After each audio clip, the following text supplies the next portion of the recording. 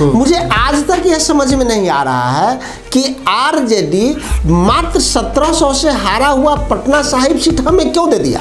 Patna Sahib seat हम मांग नहीं रहे थे क्योंकि आरजेडी के कोटे की सीट था 101 सीट वाले में जी पहले कह दिया गया था तो और अच्छा हम जीत जाते चुनाव, और मेरा 30,000 से हारा हुआ सीट वो क्यों ले लिया। वो कहीं ना कहीं हमको लगता है कि संवादहीनता की कमी थी।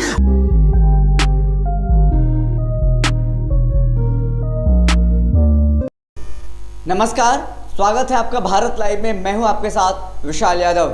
महागठबंधन में सब कुछ सही नहीं है, ये तो चुनाव के पहले से ही खबर आ रही थी। जब सीट को लेकर के बंटवारा हो रहा था, कांग्रेस 70 से नीचे मानने को तैयार नहीं थी, राजद देने को तैयार नहीं था। लेकिन आखिरकार ये फैसला हुआ कि कांग्रेस को 70 सीट दिया जाए, और ये खामियाजा कहीं न कहीं राजद को भुगतना पड़ा और महागठबंधन के दलों को भुगतना पड़ा, जो 70 सीट में से सिर्फ 19 सीट ही कांग्रेस ला पाई। अब कहीं न कहीं एक खुलासा हो रहा है अब की चुनाव के बाद समीक्षा बैठक में, और जो तमाम नेता हैं वो खुलासा कर रहे हैं, चाहे कांग्रेस के हो या राजद के हो। राजद के तरफ से तो शिवानंद तिवारी ने पहले ही कह दिया था कि महागठबंधन के हार का ठिकरा कांग्रेस पे फूटेगा। कांग्रेस के कारण ही महागठबंधन बिहार में सत्ता में नहीं आ पाई, तेजस्वी यादव मुख्यमंत्री नहीं बन पाए। वहीं अगर हम बात करें, कांग्रेस के भी नेता हैं जो राजद पे आरोप लगा रहे हैं कि चुनाव के दरमियान संवादहीनता रही और राजद के पेच में फंस करके कांग्रेस को सीट नहीं आ पाया।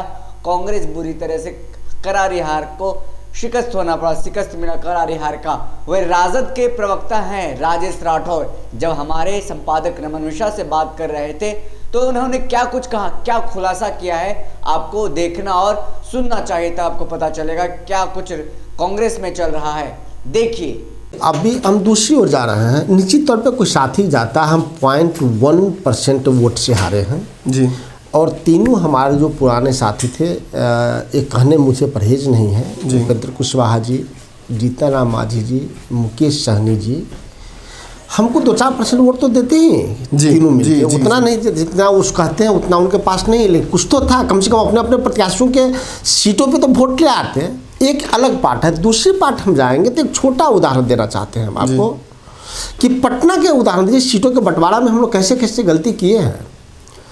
पटना साहिब सीट 1700 वोटों से पिछली बार आरजेडी हारा था जी। बगल का कुम्हरार हम 30,000 से हारे थे जी। पटना साहिब सीट हम मांग नहीं रहे थे क्योंकि आरजेडी के कोटे की सीट था 101 सीट वाले में जी।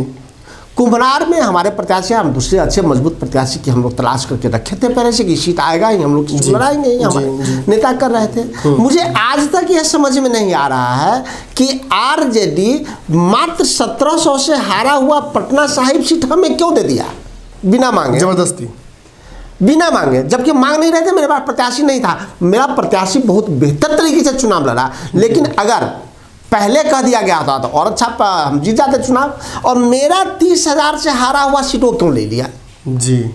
एक छोटा प्रश्न हम बता रहे हैं जी कि 30,000 जो सीट हम हारे थे, अचानक वो सीट हमसे ले लिया गया। 1700 से जो सीट आरजेडी हारा था वो अचानक हमको दे दिया गया।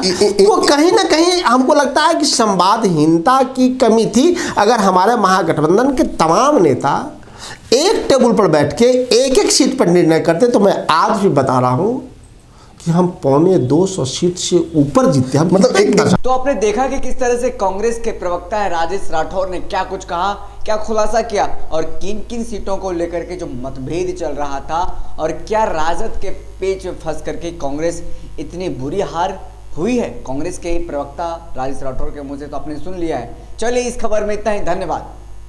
अगर ये वीडियो पसंद आई और वह बिहार के राजनीति और बिहारियत से सरोकार रखेनी तो सब्सक्राइब बटन दबा के चैनल के सब्सक्राइब कर ली। ओजे एगो घंटी बा, ओकरा बटन दबा देला से कुल सटीक और मारक खबर रुआ मुफ्त में मिल जाई। अगर रुआ पत्रकारिता के हमनी के नया प्रयोग में सहयोग कर चाहतानी तो ज्वाइन बटन दबा दी। पेटीएम नंबर नोट कर ली 9386816700। धन्यवाद।